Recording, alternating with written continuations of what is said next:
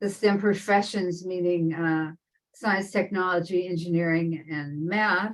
And so we thought it would be interesting, at least to present what barriers might still be present in at least two of the STEM careers that we could address today. So our format this afternoon will be a little different than planned. We initially were going to have all three speakers present and then follow that with a question and discussion period. But our first speaker needs to leave a little bit early. So we're going to have her present and have questions directed to her at the end of her talk. So while you're listening to her talk, if you have questions that occur, please enter your questions in the question and answer period or question and answer tab, so we can get those questions to her immediately after her talk. For our other two speakers, we'll address their questions at the end of the both of their talks. So, and then we'll be able to let our first speaker let her be free. So we're going to start our program with Dr. Carla Pugh. Dr. Carla Pugh is a professor of surgery at Stanford University School of Medicine. She's also the director of technology-enabled clinical improvement at Stanford. She comes to us via Berkeley, where she was an undergraduate, got her medical degree at Howard University, and then did her surgical training at Howard University as well. She came out to Stanford to get a PhD in education. And one of her, what I was going to say is that she is the first surgeon, I believe, to have achieved a PhD or to obtain a PhD in education. So it's interesting how she's taken that degree and combined it with her interest in technology and her interest in surgical and medical education. She holds multiple patents in the use of sensor and data technology that measure and characterize hands-on clinical skills. So, and this technology is existing in over 200 nursing and medical schools today. So please join me in welcoming Dr. Pugh, who will address some of the issues she's encountered in terms of barriers to her professional growth. So Dr. Pugh, welcome.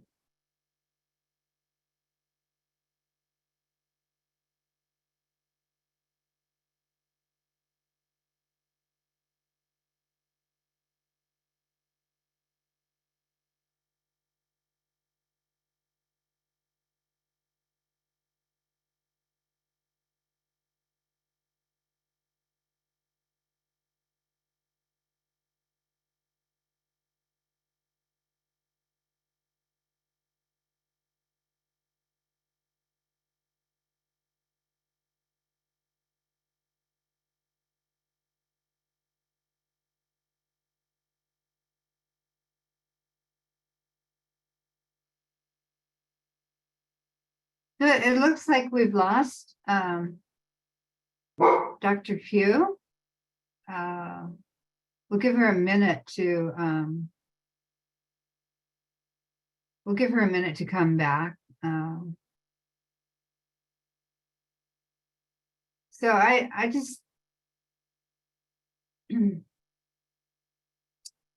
I hesitate to go on right away. Let me tell you some of the questions we have in mind while we give her a minute. And you can, maybe that will stimulate some thought that you might have or questions. One of the things that we want to ask all of the speakers is what their biggest challenge or obstacle has been that they've had to address as a woman in their field. And also some questions around networking, some questions around getting to the decision-making table, having your voice heard, opportunities and challenges that the speakers see for women new in their careers. So she is not back. I think we'll go on with our our next speaker.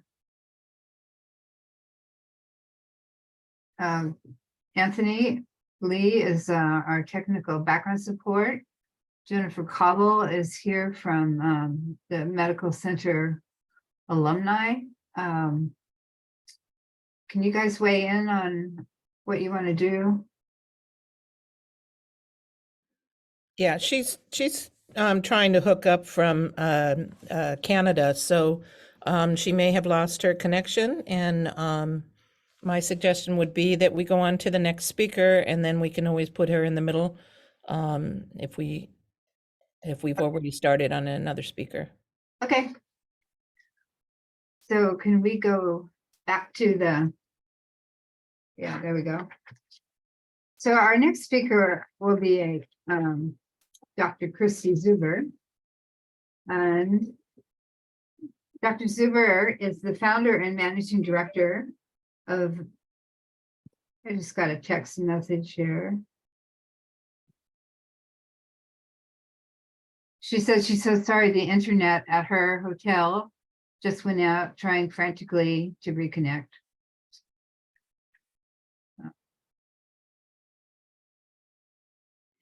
So I would go on with Okay, I'm just answering her. Okay.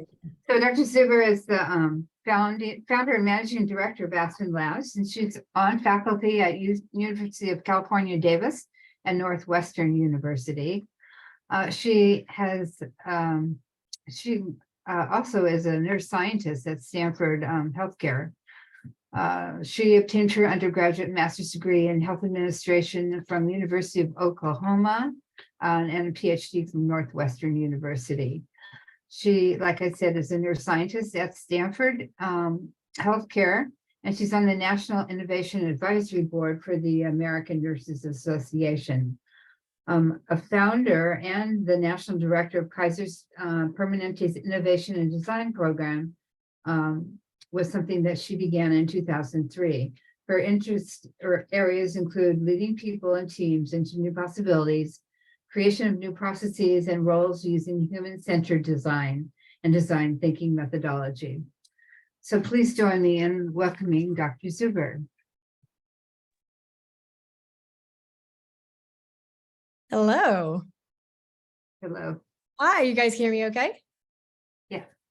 Great. Well, thank you guys for hanging in on our technical difficulties. You know, that's just the way of the world now. But it's really, it's nice to be with you all today. I'm happy that you're joining us and happy to sort of share a little bit of our, a little bit of my story with you. So I'll spend about, I think, Julie, do you want me to just to go in and stop if Dr. Pugh's able to join, or just No, go through. on with the show? Okay. Yeah. Got it. Great introduction that gives you kind of a little bit of an overview, but just to give you all a sense, my background is in nursing, and I started off in nursing really, excited about the profession, not knowing a lot about it. Quite frankly, there aren't any healthcare people in my family. So I did a lot of volunteering and things like that when I was in high school, and kind of got into that space and thought, well, I think I want to go into healthcare of some sort, but I wasn't really sure what. Nursing seems like a really great profession to me at the time to see, lots of different things. I didn't want to go into any certain niche at the time. So I thought, well, if I go into nursing, I can experience lots of different things. And it ended up being a great profession for me.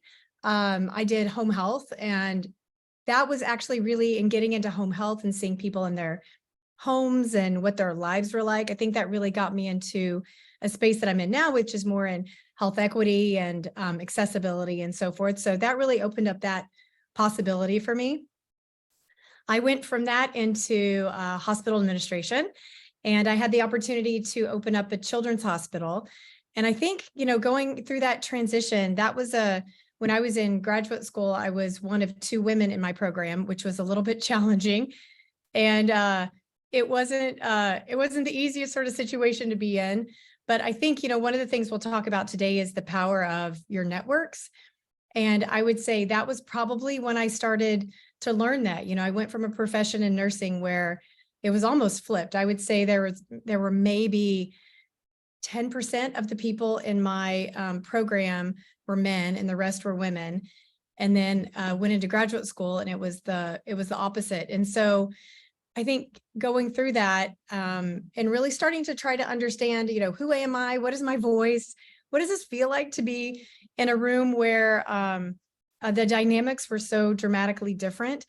I really started to lean in and share what I was hoping for with people, and making connections and networks. And that's actually how I ended up getting my first job. Is I really put myself out there in different positions and was recommended for the hospital administration job. And I loved that role. It was a great way to understand how healthcare worked, sort of more the systems and what kind of leadership role I could play in.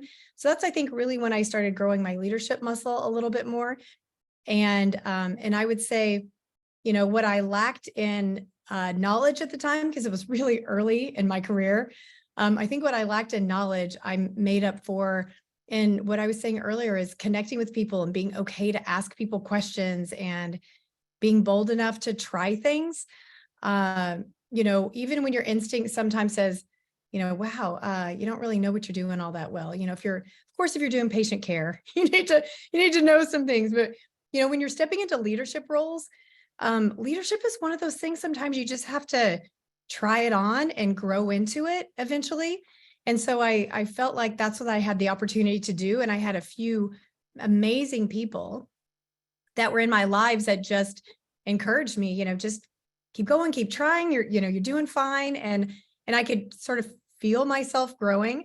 I went from that into a large consulting practice. So it's not around anymore. Arthur Andersen was the consulting practice. It's like Accenture, PwC, EY, those kinds of things. So I went in there and had the chance to help them start their healthcare practice. I was the first of maybe 5 nurses that they had hired across the country, and they had about 100,000 employees. So there weren't very many of us. And for those of you that don't know, Houston, Texas, it's the largest medical campus in the world. So we had the opportunity to try to figure out, how do we start developing this healthcare practice? What does that really look and feel like? And through that, I don't know how many deep stories we're going to go into, but when I was there, I had probably some of the most wonderful experiences I've ever had in my life, and some of the most challenging experiences I've ever had in my life. I had a great mentor, one of the partners in the practice, who just really let me spread my wings and, figure out a lot of things that I didn't really know or understand. We had to manage these large international budgets. And, quite frankly, I was like, this is very far out of my wheelhouse. I'm coming from specifically the healthcare industry, and then going into this large international consulting practice was a little bit intimidating, but he really helped kind of encourage me. And then I'd say one of the challenges that I had there is that was a time in my life that I experienced sexual harassment. And as a woman, we could, have all kinds of conversations about that. And, that was really tricky for me, and really, I think, really set me back for a while about what I thought the work world was supposed to be, and, and was sort of devastating about what I thought it could be. And, that's something, if we talk, I'd love to unpack that a little bit more, but as we venture into areas, that's just, it's a reality that some people face. And so just opening it up, if, at some point we want to talk a little bit more about what that was like. But I think who I am now, I would probably handle that situation a lot different than I did then. I was scared to say anything. I was scared to bring things up. And so that, I think, was one of the most challenging thing in my career as a woman. And I have learned so much more about your voice, and so many more great systems have been put in place, I think, to help women really start to feel more empowered and safer to say things. I was watching, I can't even remember the name of that movie, but when I was flying the other day, and it was sort of the story of the Me Too movement. I don't know if any of you guys have seen it, but it was really fascinating just listening and hearing and understanding how all of that groundswell really happened. And, I really related to that.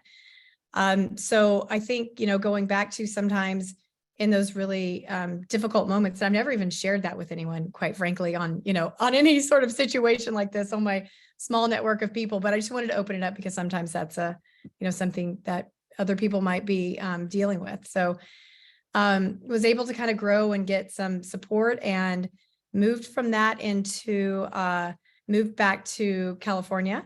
And I started working for a small investor relations and public relations firm, which is really, really interesting and really exciting for me, and coming into a new city and learning what that was all about.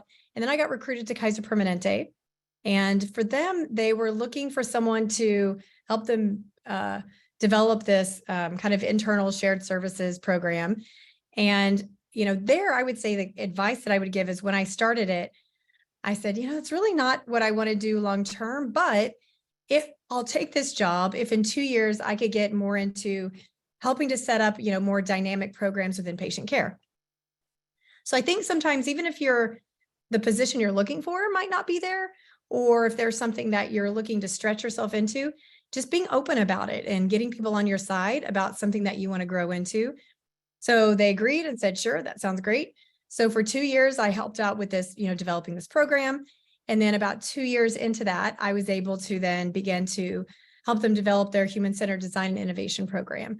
So that was back in probably 2002, and human-centered design and innovation didn't exist in other places in healthcare, particularly in services. It had really been used for product design. So it was a completely different space.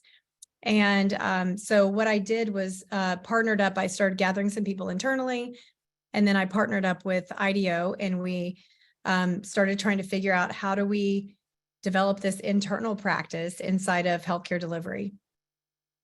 Fast forward a few years into that, I was able to set up an internal practice, which I ran and led for about 16 years.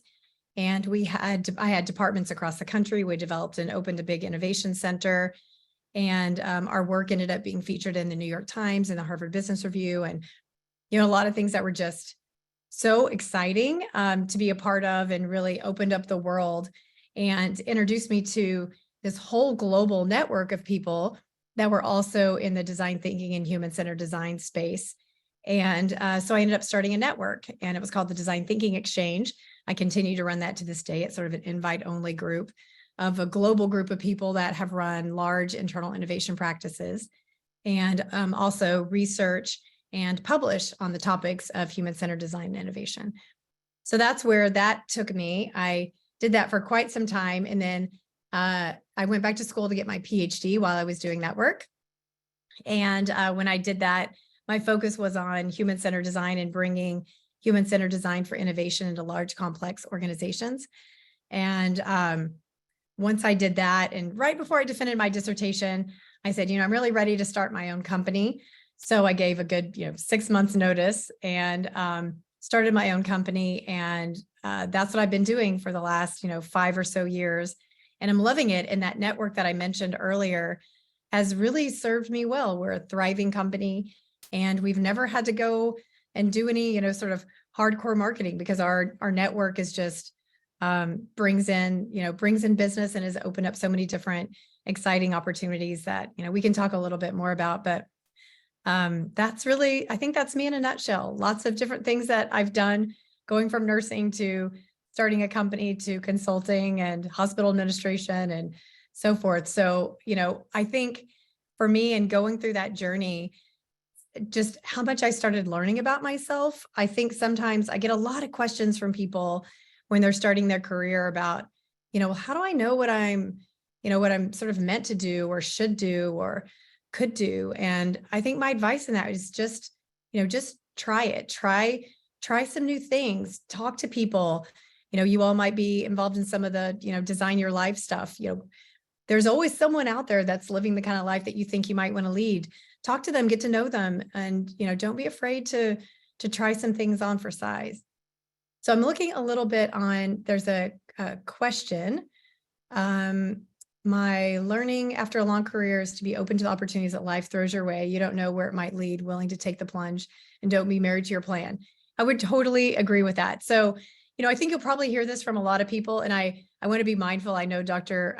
Pugh has joined us, so I want to be mindful for her to be able to speak a little bit, but happy to answer any more questions. There's a million things I would love to share with you all, but that gives you a sense of my meandering journey throughout life. Thank you so much, Christy. You're welcome. We'll come back to you with questions after the conclusion of everyone's talks. You bet.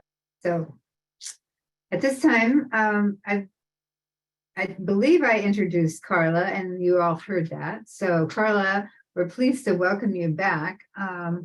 As I mentioned, Dr. Pugh is a professor of surgery. She's combined a career of surgery with interest in technology, holds multiple patents, is really interested in sensor and data acquisition technology. So Dr. Pugh, why don't you go ahead?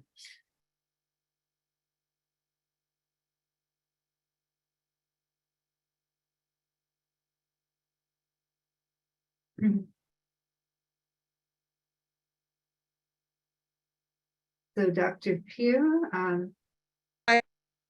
okay, great. You need to turn on your video.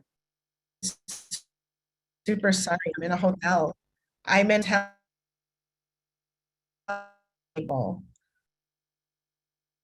Are you able to hear me? Yes. I will tell my story. I'm sorry, off video, and then I'll turn it back on another time. I really for working with me with my internet problems, and I really enjoyed Christy's story. My biggest challenge, which is interesting, I had to think about, you know, the challenges along the way that I've had. Ironically, I have to say that more of my challenges had to do with race and ethnicity than gender. But having both obviously led to numerous challenges, and many times it was unclear whether it was one or the other or both. But I think it was really the microaggressions relating to assumptions of intelligence, assumptions regarding why your dreams were so big. Like, why do you think that you can do all those things? And suggestions of which career paths would be better for me. And so when I reflect on those, there were moments where small moments where I questioned my dreams, but I think it was very lucky that my mother, who was just an innovator and started her own company, and you know, I believed her when she said that I could do anything that I wanted to do. So I stuck with that. And just in terms of my track, once I got into medical school, then I knew that was a pivotal moment for me in terms of situating all of the microaggressions and unbelievers that I had faced in my career. And I had the epiphany that that was more of a reflection of their issues than my capabilities. And once I understood that, then that was a huge game changer for me in terms of my interactions with people, in terms of networking. And by the time I became a resident in surgery, a surgical resident, I knew that I would speak to my chairman and talked about getting a PhD, and I was interested in technology. And my chairman was very open-minded, chair of surgery, and a very powerful mentorship and leader in surgical oncology. He something that was totally off the grid for a surgeon, which was get a PhD in education. I later found out I was the first person, the first surgeon in the country to get a PhD. I don't think I knew it at the time. That wasn't a goal, and I'm sure he didn't know it, but he was just very supportive. And after getting permission and to even pursue this, he connected me with a surgeon here at Stanford Robert University in Washington, D.C., just to be clear. But he knew Bob Chase, and he said that I should speak with him. And California is home for me in the area. So when I would come home for the holidays and breaks, I would meet with Dr. Chase. And after a few meetings, he gave me the best advice. He says, what you want to do is so unique. You shouldn't, he said, we could write grants together and I could get money to have you come here and do research with me at Stanford. But I think you should get a PhD. And because you need high-level credentials, if you're going to do something very different, you need high-level credentials. And that was really how the whole thing happened in terms of me getting a PhD in education with a focus on technology. And then in my first class at Stanford in human-computer interactions, learning about sensor technology and that, and then using that as my dissertation project.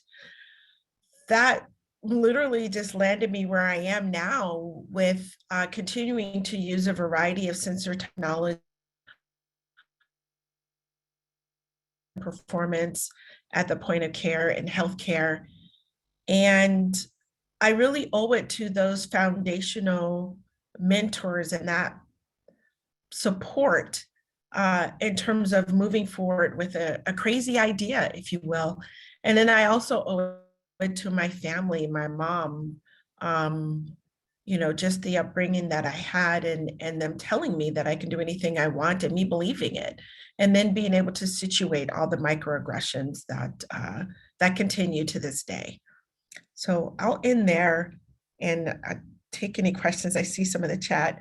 I want to turn my video on so I can see you all, but I'm worried I'm going to get kicked off again. Thank you.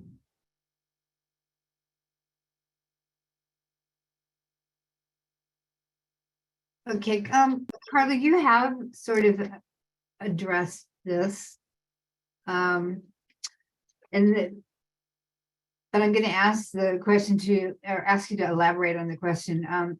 The question is, what has been the biggest challenge or obstacle that you've had to address as a woman in your field? So you're meaning, so I addressed, yes, getting to where I am, those were the challenges. I think the challenges are still the same. I think that even with all of the accolades, even with all of the awards, being inducted into the National Academy of Medicine, getting over $20 million in funding from NIH and the government, I am still many times the only female in the room full of engineers and scientists who are looking at artificial intelligence and using sensors and other technologies to develop decision support for surgeons. The biggest challenge is the same thing. You're the only female. There's doubts about your capabilities, and you're just not invited many times into certain venues where all of the networking takes place and all the decisions are made in terms of what's important. So those challenges are still there. Would you say funding is more difficult to acquire, or you have to work harder for it? I'm sorry? Would you say that funding is more difficult to acquire, or you have to work harder for it? Or No, I do know. No, I appreciate that question. I do know that I mean, there's papers written about it. And so what we know, women, at least the data from the National Institutes of Health, women scientists are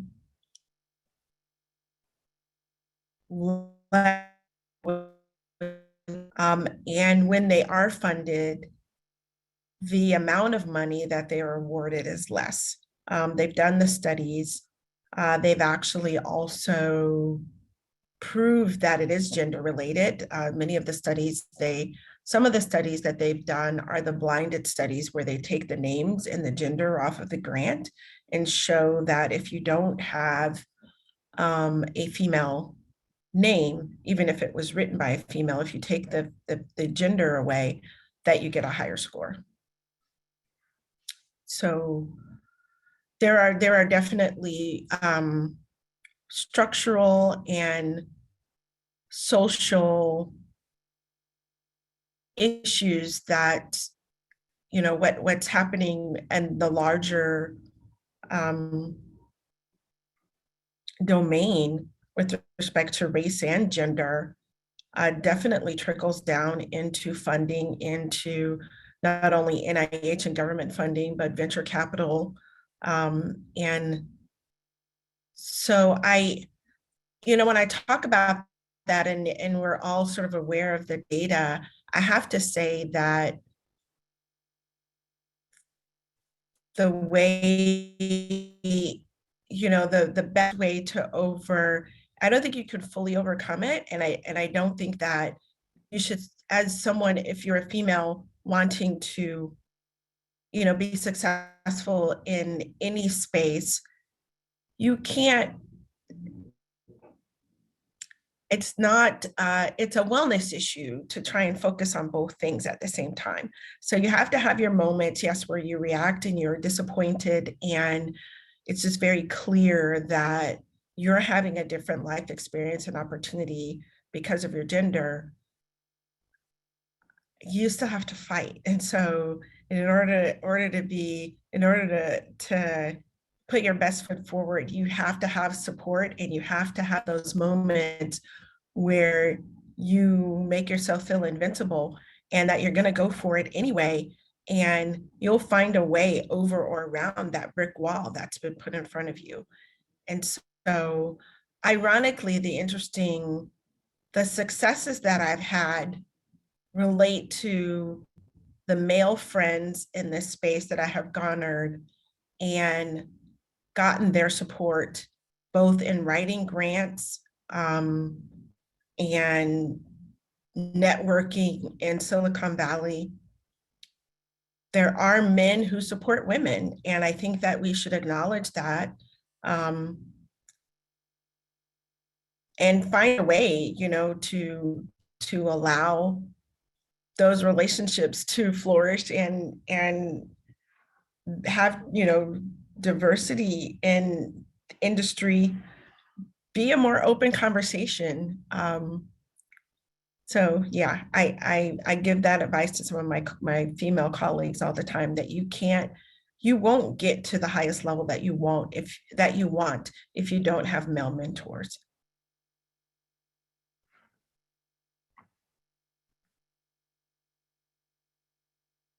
Do we have other questions, Nancy? Not specifically for Carla, although I'd ask a follow-up. You talked about getting to the table where the decision makers are. You talked about the difficulty of that. But do you have strategies that you use to overcome that barrier? Yeah, their strategy is to figure out who will invite you to the table. And I think that you have to put yourself out there, and you can't, there's no perfect measuring stick to know like which room you're really invited in and which one you're not get there. Or I think if you don't try, you're not going to get there. But to put yourself out there, to go to those meetings, to sit at the table. I mean, I took one of the professional development leadership courses here at Stanford. It was a week-long immersion, and it was just interesting. The first day I go there, and I knew from the registration that there was about 70% men, maybe 75% men and 25% female. So you show up on the first day and you've got all of these, you know, men sitting at a table, and I'm like, I'm going to start day one. I'm just going to go sit with them. And I was like, okay. And I said, look, you guys are an intimidating group, and I'm going to sit here anyway. And most of them, it was just really funny. They said, we're so glad that you sat with us. You're giving us some credibility. We're sitting here, a bunch of guys, like we're not diverse. And so but that fear in that moment, you know, I could have just walked and sat at another table where I felt more comfortable, but sometimes you have to jump into that uncomfortableness, challenge the thoughts that you have in your head, and know that, you know, out of those 7 people sitting at that table, at least maybe 1 or 2 might support you and then become a friend and someone that helps you in the network. So you have to be daring and bold and find and fight for a diverse mentorship pool. It's required. I'm looking at the questions. Jennifer, I don't see the question about microaggressions. I think there were a couple of questions here from Anna Maria, one of our guests. One which is to describe a little bit what microaggressions, she might have a few examples. And then second, Carla, they wanted to know about how beyond being a role model, which you obviously are for them, how else have you helped improve things for the women that are coming up behind you? Oh, yeah, no, I appreciate it. So what type of microaggressions? It's so interesting. I mean, that was not a term that was in play when I was experiencing it in the beginning of my career. But now that I understand what it is and you listen to it, one of the first memorable ones was a statement to me when I was applying to medical school. And it was a person that said to me, why are you even studying so hard? Isn't it the thing to be Black and female? You're going to get to medical school anyway. And it's sort of this, thought that affirmative action is going to just get you in and you don't have to meet any requirements. And it, yeah, there's others. I mean, ones I can refer you to if you really want to hear like all the microaggressions, especially within surgery. One really creative awareness relating to microaggressions with female orthopedic surgeons, where they wrote down all of the statements that have been said to them by their male colleagues. Are your hands big enough to use that instrument? Oh, they have females in here, they actually let you operate. The microaggressions happen not only on behalf of your colleagues, but also the patients. And, asking, where's my doctor? And even if you say you're the doctor, they're like, really? Are you, what, really? They let you be a doctor? It's a number of things. I think that many of them are published now, and there are a lot of stories out there, but I would suggest to look at one of the videos. The orthopedic surgeons, the females wrote down all of the things that had been said to them over the course of their career. And the male orthopedic surgeons who wanted to support and train others in terms of what makes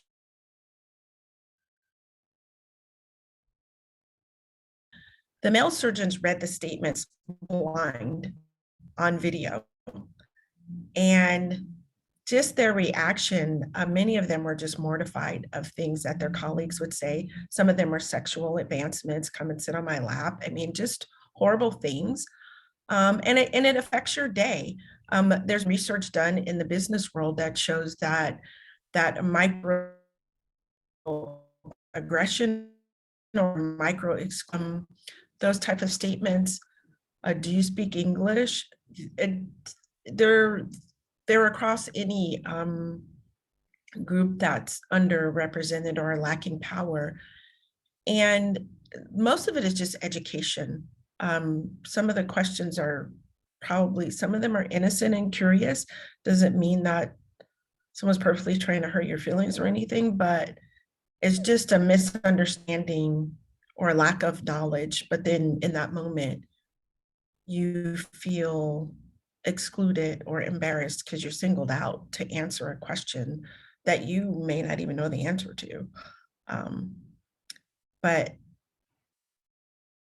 what I've done to improve things for women behind me is help them to realize that microaggressions are going to happen and don't fear them, and figure out a way to answer or not answer, whatever makes you feel comfortable, but try not to go home with it such that it disrupts your workflow. I think one of the things we're learning here at Stanford is that there's an opportunity for your colleagues and friends who observe the microaggressions to be upstanders and say something. Give someone else permission to say something on your behalf when it's happening so that you don't have to address it yourself. But I think that anything that you can do in terms of that I've done, in terms of all the things that I've learned, that I've struggled through, I pass that information on. I hold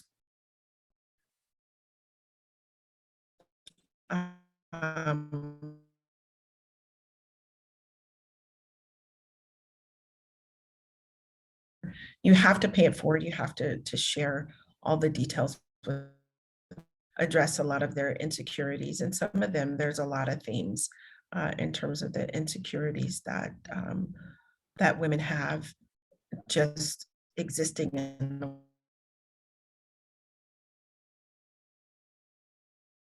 balance, and how to affect system level changes that can help. I think we're in a good place right now where there's opportunities to speak openly and find groups of people that want to learn and move the agenda forward so that we can all be the best teams that we can be. So I'm an active participant. So Carla, thank you very, very much. I think this is a good place to put an exclamation point on your comments. We're so glad to have you here, even though it's been difficult. And I thank you very much for joining us. At this point, Thanks for having me. sure. I'm really glad you're here. At this point, we will move on to our next speaker. Our next speaker's name is Dr. Ann Weinecker.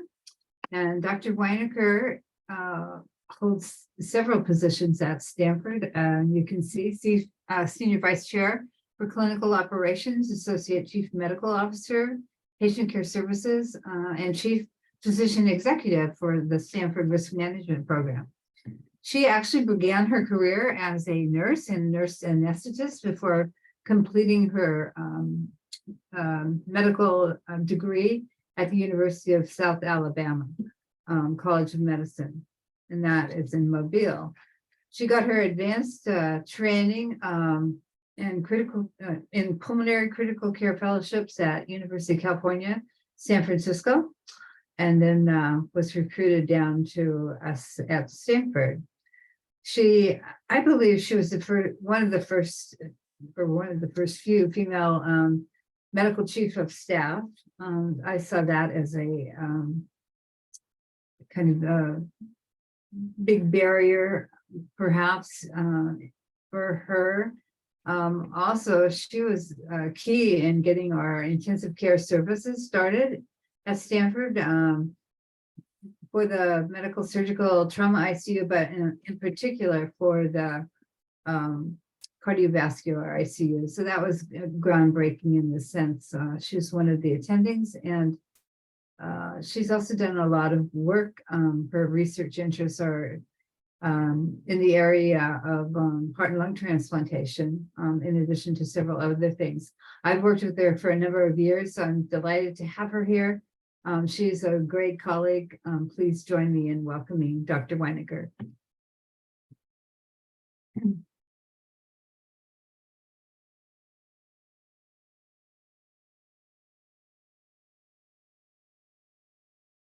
All right, thanks, Julie. My story is quite a bit different. I'm not nearly as accomplished as Carla and Christy. I did my life sort of backwards. My journey to where I am is very non-traditional, and maybe because of that can be empowering to others who maybe want to do something but don't quite know how to do it or think they've taken the wrong path. So actually, as a kid, I wanted to be a doctor. And then as I got older, thought I wasn't smart enough to do that, and so kind of took a different path. But along the way, I ended up having children. I was quite young when I had kids, but I had a couple of beautiful, wonderful daughters. And then went back to school for the first time to decided I wanted to be a nurse. Like Christy, I did some volunteer work as a teenager. That was back in the days of candy stripers, and you know, I would volunteer something on the order of 40 hours a week just because I enjoyed doing it and I was bored at home otherwise. And that kind of made me very interested in being in the hospital and enjoyed what I was doing there. But anyway, I ultimately went to nursing school and felt like I enjoyed what I was doing. I worked as an emergency, back in the days when they called it emergency room. I worked as an ER nurse and for part of the time as an ICU nurse, but felt like I wanted to do something a little bit more. And so went to anesthesia school, did a couple of years training in anesthesia school to be a CRNA. And but by the time I was finishing that school, actually, I realized that might not be enough either. Maybe I really did want to do even more than that. So started taking classes that would allow me to apply to medical school. As I said, I'm kind of have taken a non-traditional path. I don't have an undergraduate degree. I never graduated from college. I just kept taking courses until I got what I needed to get where I needed to go. And turns out, at least back then, you didn't have to have an undergraduate degree to get into medical school. So I went to medical school, as Jilly said, at the University of South Alabama. And finally found what I really enjoyed, which was being challenged constantly with trying to figure out what was wrong with people and how was I going to help. And so I was really quite happy to be in medical school. When it came time to, and all of this time my kids are getting older, and I felt like, you know, I'm ignoring them as I'm going to one school after another, but they came to a lot of places and a lot of school parties and get-togethers with me, and so we managed to stay to keep the relationship we wanted. And then by the time I finished my residency and then chief residency, which is actually an additional year in internal medicine,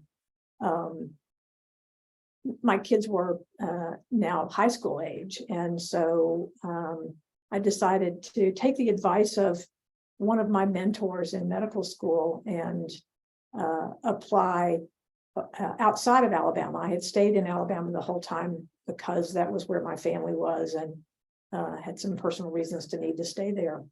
But applied to the University of California, San Francisco, shockingly got in. And I attribute that in part to one of the women that I interviewed with, for reasons that I still don't know and never asked, but have been curious about. Something prompted her to call some of the other, after I interviewed with her, something prompted her to call some of the other faculty and suggest that they interview me as well. And one thing led to another, and the next thing you know, I'm a fellow at UCSF, 2,000 miles from home. And that was really a turning point in my career, because I learned things at UCSF about what you can do with your life, and how you can be innovative and put yourself out there, and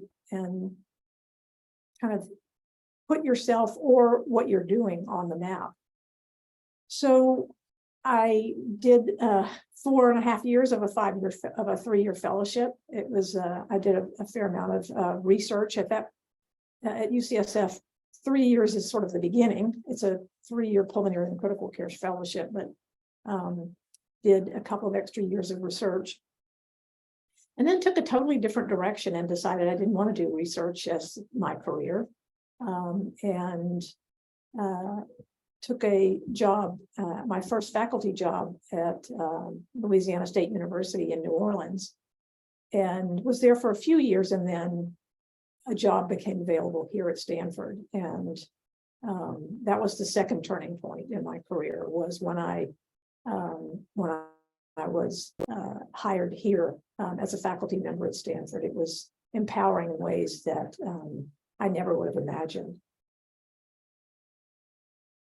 When I first got here, I think, first off, my whole life, I have been plagued by the imposter syndrome. I think probably many of the people listening in on this know exactly what I'm talking about, but it's the sense that people are going to discover that you aren't who they think you are, that they're going to realize that you are who you think you are, which is not nearly as good or capable or smart or whatever. And so just overcoming that, which I did ultimately, but it took me a long time, years. Overcoming that has been really very empowering, and then teaching other people about that. What helped me get there, and it's not something that you just get to overnight, what helped me get there was having minor successes here and there that then piled on each other. And so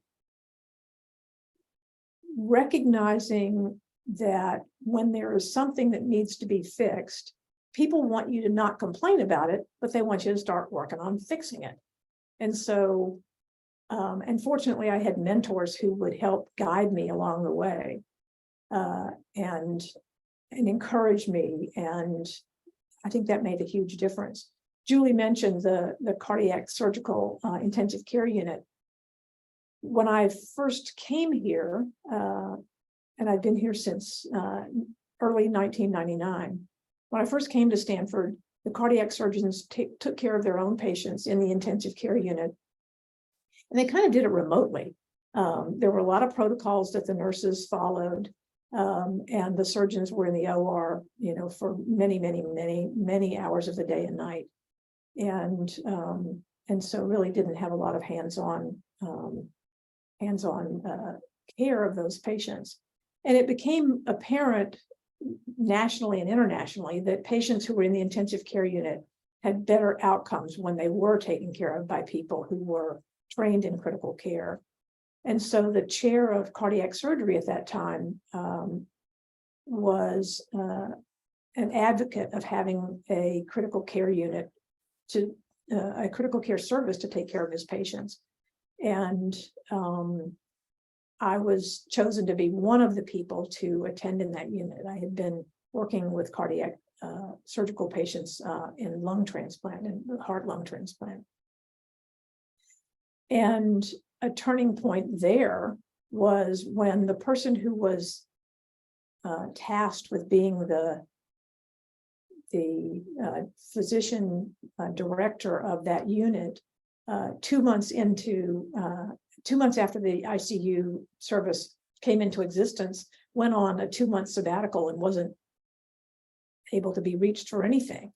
And so I sort of looked to the right and looked to the left and realized there was nobody sort of running the show. And so I decided to take a role, again, with the backing of that cardiac surgical chair. And so went from being in the intensive care unit with one of the cardiac surgeons telling me to my face that this is a no value added service, to the cardiac surgical ICU now is, it takes care of the sickest of the sick in the hospital, and there's no way in the world that those patients could be cared for without the cardiac surgical ICU team. So along the way, and I don't want to ramble on and on, but along the way, I think I had mentors predominantly men, who helped me helped me advance my career, who suggested me for leadership roles, who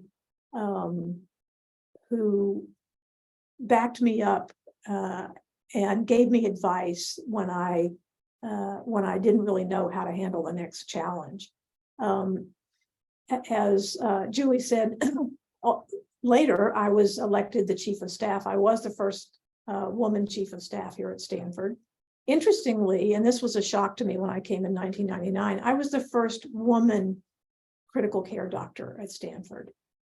That really surprised me, because when I left New Orleans, I wasn't the only woman who was attending in the ICU. But when I got here, I was the first woman who had attended in the ICU. Now, we're about 50-50 in terms of the percentage of women attending in the ICU. Our trainees are half women. Sometimes we have more women than men. It's really been quite an evolution over the 2 decades plus that I've been here, going from sort of the lone woman in the room many times to being in the majority. There are many times when our whole ICU team is women, or we very much outnumber the men on the team. So I think with that, I'll stop rambling and give people an opportunity to ask questions. But I do think that one of the major things that we as women, and we're not alone in this, have to deal with is the imposter syndrome. And if you don't already know about it, when I first learned about it, it was life-changing. Just the idea that maybe I wasn't as ignorant as I thought I was. Maybe I was able to do the job. And I still kept looking around for somebody to realize they'd made a mistake when they hired me. Thank you, Anne. And you see that imposter syndrome in lots of different arenas in women. So I think I'll start it off by asking the same question that I asked Carla, to both you and Christy. Can we bring Christy on the screen too? Go to a gallery view. Let Anthony work on that. So the question is, what has been the biggest challenge or obstacle that you've had to address as a woman in your field? You kind of both touched on that a little bit.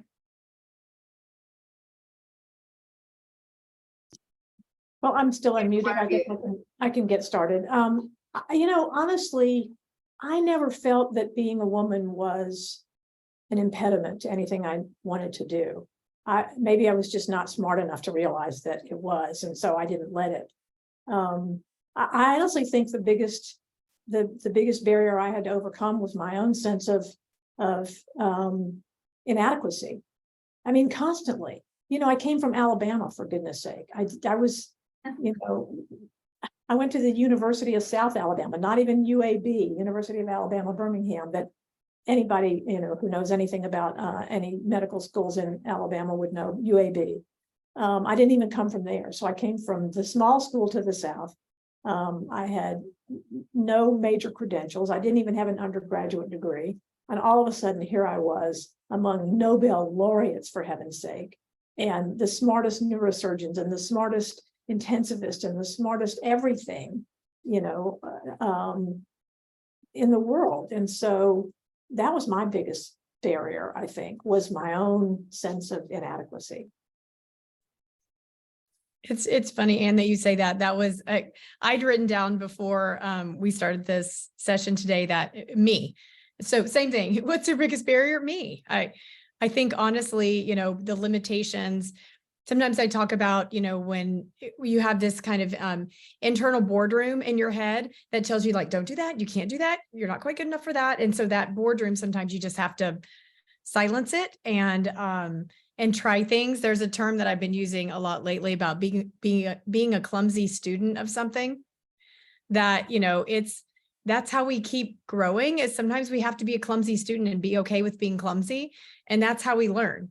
You know, you're not going to start off something and be spectacular. And I really do think that sometimes, you know, in like the environments that we're talking about here, it's really easy to get dazzled by titles and credentials and all these things. But, you know, at the end of the day, that's really not what makes up a person. Those are, you know, those are great sort of plaques on a wall. But, you know, if you can work hard, if you can, you know, learn new things, if you can be willing to try and to put yourself out there, and to form relationships and be worthy of the trust that people put into you, you know, to develop and keep growing yourself, you know, you'll find a fulfilling career, regardless of how many letters you have after your name, you know. And I think that's that sometimes it's really easy to be inundated by that imposter syndrome, particularly in these kinds of environments, you know, that we're talking about. But boy, you know, be a person that people want to learn from and want to be guided by, and, you know, and see you being vulnerable and learning too. And that's a fulfilling career, no matter how many titles you collect along the way. So this question, actually, Christy, I had you in mind, but it could be either of you. Nursing is often viewed as or represented as a behind the scenes caregiver role rather than a leadership role. This descriptor might also apply to junior or clinical faculty, new faculty in medicine. How does one get to the table? And once you get to the table, how do you get your voice heard? Yeah. So I love this. You know, you guys probably know, and I can't remember the exact number of years, but something like 22 or 23 years or something, nursing has been the most trusted profession, followed by medicine. And, you know, I think it's one of those that nursing as a career, when you go into it, you're a caregiver, and caregivers are sort of, whether it's overtly or subvertly, trained to be, you know, in the background, and you're assisting and you're supporting. And so when you come into a place where you're not naturally invited to the table, or decisions are being made, you know, what have you, I think you can find yourself sort of bumping up against a glass ceiling, whether it's really there or not. But, you know, looking for, you know, how do I become part of those conversations? You know, as I guess the Hamilton, you know, how do I, you know, the room where it happened, getting into the room where it happened, you know, how do you really do that? I think a couple things that I have done along the way, and understanding that I have very much of a caregiver's heart, is not to feel like that gets in the way, but realize I need many more things. I need some tools to be able to get there and to reveal some of those I think skills that might be softer. So a couple of things that I've learned is, one is be a very T-shaped person. And I talk about some of these things to go from like being invited to the table to being eventually able to host your own table and invite others to that. So some of the things that I found is being a T-shaped person. So what is it? While you need to be flexible and so forth, you also need to have a few anchor things that make you kind of unique, that you can show that you've contributed to, that you're sort of have some deep skill sets around. I found that to be very helpful. When you continue to stay general, it's hard to differentiate yourself. So what's kind of that T-shaped? What are those anchor things that you are really good at? And then being able to have that T that goes across and have some flexibility in what it is that you do. I also rely on being a really good, come to the table, be a really good storyteller. Storytelling is the way that humans are wired. We think we're really rational creatures, but we're not. We're very emotional beings. So be a good storyteller, be able to tell stories of, the needs of patients or of changes and impacts that have been created. Learn how to sort of tell and share those stories. People gravitate to that. And that goes in with then beginning to form that network. There's a wonderful article. It's been around for several years now, but I love it. It's called the Secrets of Network Change Agents, I think is what it's called. It was put out in HBR several years ago, and it was actually written about change makers in the National Health Service, which I think has something like 1.3 million employees. So very large organization. And when you think about trying to make change in those large organizations, one of the things that they talked about is actually your power in your social connections and your networks is more important than your position in the hierarchy of the organization. And so continue to foster that. Be the kind of person that people want to work with. You're able to, work hard to be credible and to contribute. So those are some of the things that I would say, and eventually, and show your value, create some tangible things. I think a moment ago, Anne was, I think it might be Anne or Carla was talking about, if there are things that you think aren't working, work to change them and show something that you have been able to do. Don't just be a person that sits back and talks about all the things that need to change. Create some changes, even if they're small in your sphere of control or your sphere of influence. Create some changes, create some impacts. Start small where you need to and grow those things. And, eventually you're hosting your own table and you're bringing people to that. And you'll find that, you're the leader that's making those changes. And when you do have the chance to do that, make sure that you're inviting people like the you from 5, 10, 15 years ago to your table, model that kind of person that you want in your life. So those are some things that I would say. Thank Yeah. you. I agree with that. I mean, I think, and nursing leadership is much more visible, I think, than it was certainly when I was a nurse, which was, I realize, 100 years ago. But nursing leadership is really prominent, particularly here at Stanford. We have very strong nurses, and nurses are able to do not just leadership in nursing roles, but they're able to then take their knowledge, their clinical knowledge and their knowledge of patients and all of the inner workings that as a nurse, and take it to something else. So we have nurses in IT now, and we have nurses who helped put this building together. And I mean, it's just, there's no end to what you can do. And I think as long as you actually believe that there's no end to what you can do, there's no limit to what you can do, then you can do it. Talking about getting a seat at the table, one of the things that I saw mostly men, I guess, doing was they sat at the table, right? When you're in a big conference room and there's a table and then there are some chairs off to the side, as long as there's still a seat at the table, go sit in it. Don't take a back seat off to the side where you'll be sort of ignored. It's like being hunched over, when you're having a conversation. You're making yourself as small as you can, and that's not what you're trying to do. If you believe you have something to say, and you might not to begin with, you might not think you have anything to say, but at least give yourself the opportunity by being literally at the table.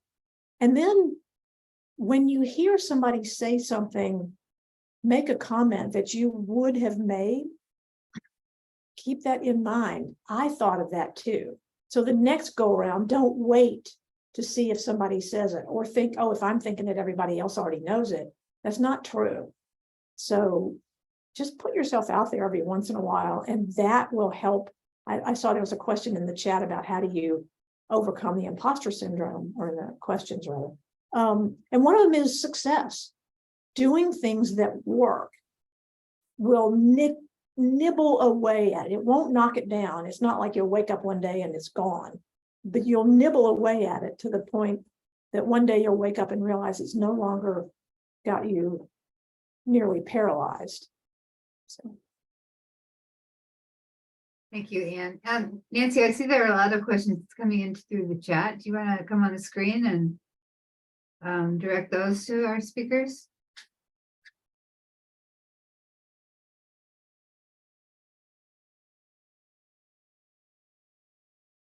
Lots of great comments and questions in the chat, definitely. Everybody, I think all your comments have stimulated a lot of questions here. So the first one is, I think, an interesting question. What do you feel you had to give up to be where you are today? I'll take a little bit of that, and if you want to add to, I think for me, I would say time. there was a lot of time. I was actually having this conversation with my daughter, literally just Sunday night. We were flying back from visiting family, and she was asking a lot about, jobs and seeing different people in our family at, with different means, and was, asking a lot about it. And we were talking about that. I think I'm in my family where earlier in, my father was the first person in his family to go to college.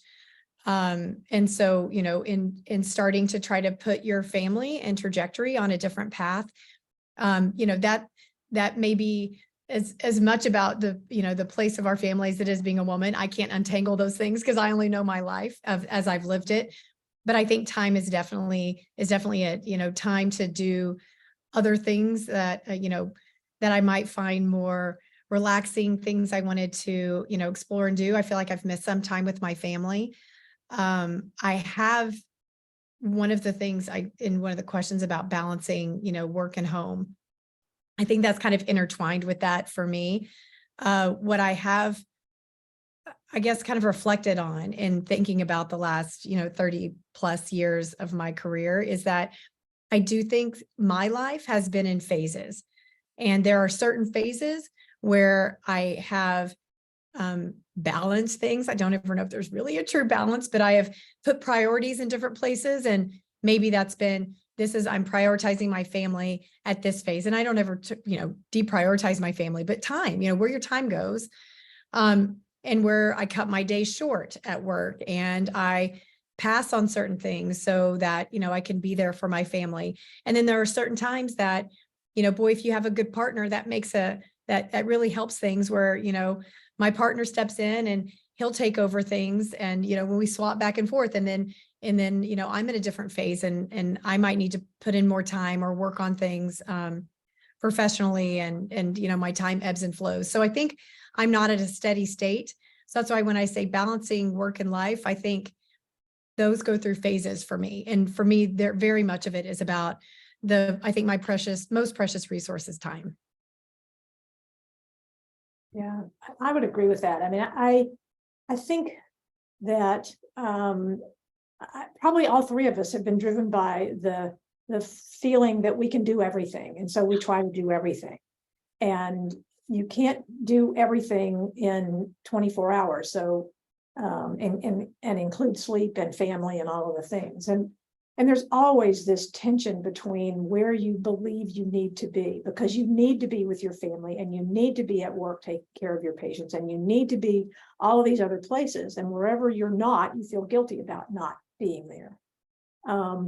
It's not unique to women. I think we admit it more than men in general. I think that is probably not an overstatement, but we all have to struggle with that.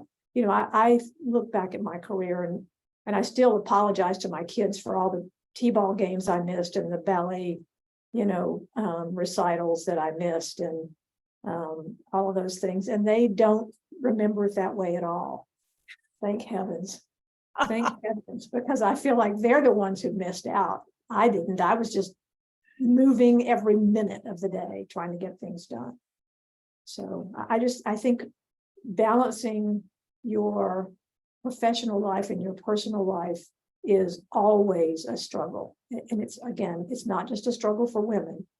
It's for anybody who cares about their family and cares about their career and cares about just having fun. How do you fit all of those in? And I think you just have to make conscious decisions about what you're gonna put on hold for that week that you take a vacation or that ballet recital that you go to, whatever it happens to be. There's a great building on that a little bit, and there's a great analogy that a friend of mine shared with me, and I might butcher it a little bit, but basically it's, when we're juggling and we've got all these balls that we're juggling, and if you imagine that, some of the balls are, we're always thinking, how do we juggle all these balls? How do we keep all these balls up in the air? But the reality of it is at different points in time, some of the balls are glass and some of the balls are rubber. And so the glass things are at various points, what are those things that you just can't drop? And you need to pay special attention. And what are the things in that moment that are rubber and you can drop and you can pick it back up later? So I think that's a way of, just thinking about that, and what's glass and what's rubber might change at different points of time during your life, but just being aware that just because it's a ball that you're juggling doesn't mean that periodically you can't drop it and come back to it. Great responses from both of you. Several of the questions had to do specifically with work-life balance. So I think you covered the topic really well. This one is a little bit different. How do you handle colleagues who try to deliberately put you down? And a second question related to it, I have suffered several career setbacks due to female leaders, surprisingly. How should I handle the situation? I think, of course, a lot depends on the situation and who it is you're talking about, but I think in general, confront the person who you feel is getting in the way in whatever way it is, and don't, do it in a way that is honest and open and inquisitive, and not like, what the heck were you thinking, you witch, or whatever. But I really felt uncomfortable when you said that. Rather than blaming the other person for what they did to you, talk about the impact it had on you. This isn't going to always work, and sometimes it's hard to get up the nerve to go do this, and you kind of stay awake for hours at night trying to decide, what are you going to say, and are you actually going to say anything? But I think there are two ways to do it. One is, if you don't feel that it's a person that you can approach, but you have somebody in your corner who can help you with it, that might work. But I think whenever it's possible for you to just say, wow, that I was really worried about that, or I really was, I was very uncomfortable with that. Help me understand what you were thinking, etc. As for when it's other women, I think we just need to be more cognizant as women that we need to help each other out. Somebody, I heard someone say, after you finish climbing up the ladder, send it back down for the next woman. I think we need to do that. And I don't know what to say about women who haven't thought to do this. I think there are plenty of people, male and female, who haven't thought to help somebody else out because they're so busy trying to take care of their own needs, for whatever reason. It may be they have their own insecurities. Sometimes people put you down because it makes them feel superior to be able to do that. So trying to maybe understand where people are coming from, having the courage, if you can, to confront them in a way that is, you may have heard of humble inquiry, but asking, more trying to understand what's behind the comments. I'll plus one on that. So I know we're trying to get to other questions, but plus one, I actually answered some of it in the Q&A too. So, but yeah, I would agree with that. It's starting with some empathy. And I also would say, in any kind of complex relationship, know the difference between maybe it's just not a great relationship and if it's toxic. Same thing goes for the work world, male or female. Understand the difference. We will often have complex relationships or dynamics at work, but know when it starts to lead into it's a toxic work environment for you. Then all these sort of problem solving things might go by the wayside while you try to find something else. But don't underestimate problem solving when it is just not a great relationship, and having empathy and understanding each other as a whole person. I think sometimes we forget that when it's in the work world, we don't treat it like it's a relationship, it's just work. But understanding each other as a whole person, you as a whole person, them as a whole person, might really help in those conversations. Christy, you answered in the chat or in the Q&A a nice long answer for what is your best advice to women early in their, oh no, never mind, that's wrong.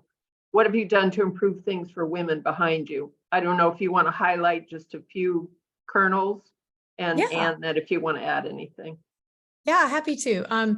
some of the things for women that I've done, it's funny, my daughter's trying to call me while I'm here. That's one of the things that I wrote down is, I'm trying to be, a good role model for my daughter and, and nieces and, all the young girls in my life, and not waiting until they're older, trying to, be someone that's worthy of their respect. I think is a good thing to do to, any young women, and I would also say young men in your life. Try to model for young women, then also teach the young men. I have a son also, how to be the best man that he can, and how to have great relationships with other women. I think those things are really important. A lot is, sort of where we started. I also coach and mentor women. In particularly for me, where I am right now, I do a lot with sort of startup accelerators with women in those spaces. I mentor to them a lot, and I do a lot in fellowship programs and spend my time there just, offering advice where I can, and helping to guide. And then I think one thing that I'm very mindful of is when I'm in a position, when I'm in a hiring manager role of something, of being mindful of the kinds of positions that I put out there, knowing that, and this is I think a particular women's thing. Obviously nothing is most of these things are not only women, but I think women have more of this, is where different points in their life, particularly when they're trying to start a family or have just started a family, might need a different type of flexibility in the positions that they're looking for. And I think we do a real disservice for women when it's a toggle on or off, and it's, full-time, all in travel, or it's nothing. And so I really make a point to have various positions that I'm hiring in for, so that particularly women in those phases of their life, and that could also go for maybe you're a caregiver of a parent, you also need some different kinds of flexibility. So really trying to provide those kinds of different roles is one of the other things that I've learned to do. And I've had so many people over the course of my career come back and tell me what a difference that made. So that I will continue to, to tout for that and encourage others to be able to do the same thing. I have a question around, we've touched on this a little bit, but what's your best advice to women early in their careers for maintaining resilience?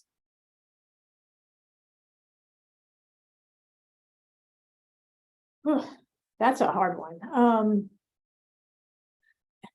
I didn't know what resilience was, so I just did everything I did because that's what I really wanted to do all the time. I always wanted to be doing what I was doing, and I just kept doing it. I think if you recognize that it's getting hard to get up and go to work, or it's getting hard to do whatever you were doing, then step back a little bit and try to think of whether there's a different way to do it, whether there is something else you ought to be doing, whether what you're doing isn't working, and it's not that what you're doing isn't important, or that you don't think it's valuable. It's just somehow what you're doing isn't working. And one of my mentors, and I keep using the word mentor, and I used to be tortured by the fact that I didn't have a mentor, and then later realized that almost anybody who guided me or who I would go to for advice was a mentor, and you can have multiple mentors. But one of my first mentors, who was the chair of the Department of Medicine when I was in medical school at the University of South Alabama, when I was a resident. One of the things he would say all the time is, if what you're doing isn't working, do something different. And he was often talking about something medical. But for me, it has to do with everything you're doing in life. If what you're doing isn't working, do something different. And so maybe that helps with the resilience. Don't keep beating your head against a wall when what you're doing isn't working, or when it's not working for you, or when you don't enjoy it anymore and you don't feel like you're accomplishing. So I don't know. I don't really have a good answer for that, because I never thought about burnout, and I never thought about all the things that people are talking about now. I just kept putting one foot in front of the other because I love what I do. That was a good answer. It was. A little thing that I would add into that, one foot in front of the other, is absolutely true. The one thing I would add to that, there's this children's book that I love, The Wisdom of Children. Here, it's called How Full Is Your Bucket? And when we talk about resilience, I think a lot of it is, you imagine you have this bucket, this is what's in this children's book, if you want to take a look at it. But you imagine that everyone has this bucket that floats above their head. And when good things happen to you, or however you perceive good things, and that might be someone says a nice thing, or you feel like you accomplished something, more water goes into your bucket.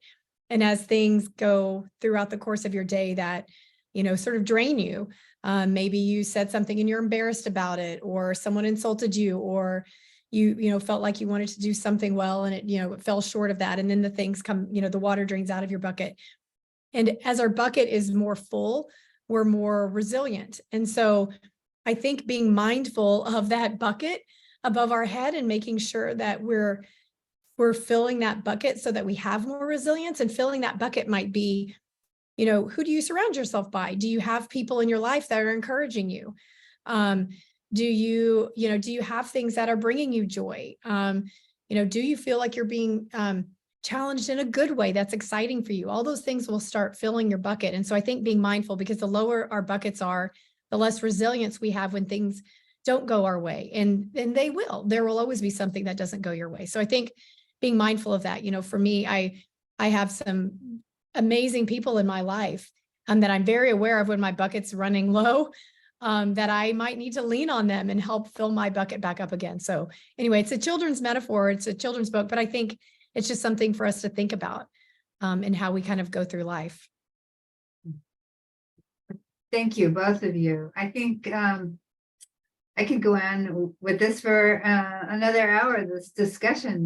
This is great, but it's time to conclude our webinar. Thank you again, both of you, for participating, and thanks to Dr. Carla Pugh for her valiant efforts to be part of this. She has a lot of tenacity. And so to our audience, also, thank you for staying with us. And I do hope you will fill out the survey at the conclusion of the session. You will be sent a short survey. And I also wanted to thank Anthony Lee, Jennifer Cobble from the Medical School Alumni Department, and Natasha Polan, and my colleague Nancy Klim. So it was a pleasure spending time with you this afternoon. Thank you very much, and have a good rest of your day. Bye-bye. Thanks, Julie. Thanks for having us. Yeah, thanks for having us.